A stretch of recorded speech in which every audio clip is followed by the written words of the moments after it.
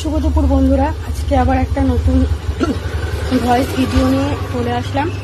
তো আসার কারণ আছে, আমি আজকে একটা নতুন একটা রেসিপি ট্রাই করছি। মানে লাউ শাক দিয়ে চিংড়ি মাছ তো অনেকেই খেয়েছো, তো আমি লাউ পাতা দিয়ে চিংড়ি মাছের ভাপা আজকে করছি, সেটাই তোমাদের সাথে শেয়ার করব। চলো, এখানে দেখো আমি লাউ পাতাটা সেদ্ধ করে এর মধ্যে রেখেছি, ঠিক আছে। এর মধ্যে সর্ষে, পোস্ত আর লঙ্কা, টমেটো পেস্ট করে এর মধ্যে দিয়েছি ওগুলো। আর এই যে চিংড়ি মাছ, এবার এটা চিংড়ি মাছ দেবো, দিয়ে সর্ষের তেল একটু চিনি দিয়ে এটাকে ভালো করে মাখিয়ে নিয়ে তোমার জল দিয়ে এটাকে করব, দেখাচ্ছি। এই সমস্ত জিনিস দিয়ে দিয়েছি, তেল, চিনি, লঙ্কার গুঁড়ো দিয়ে দিয়েছি। এটাকে মাখাবো, এরকম ভালো করে একটু মাখিয়ে নিতে হবে। ভাপাতে বসিয়ে দিয়েছি, জানি না কেমন হবে। টাটা।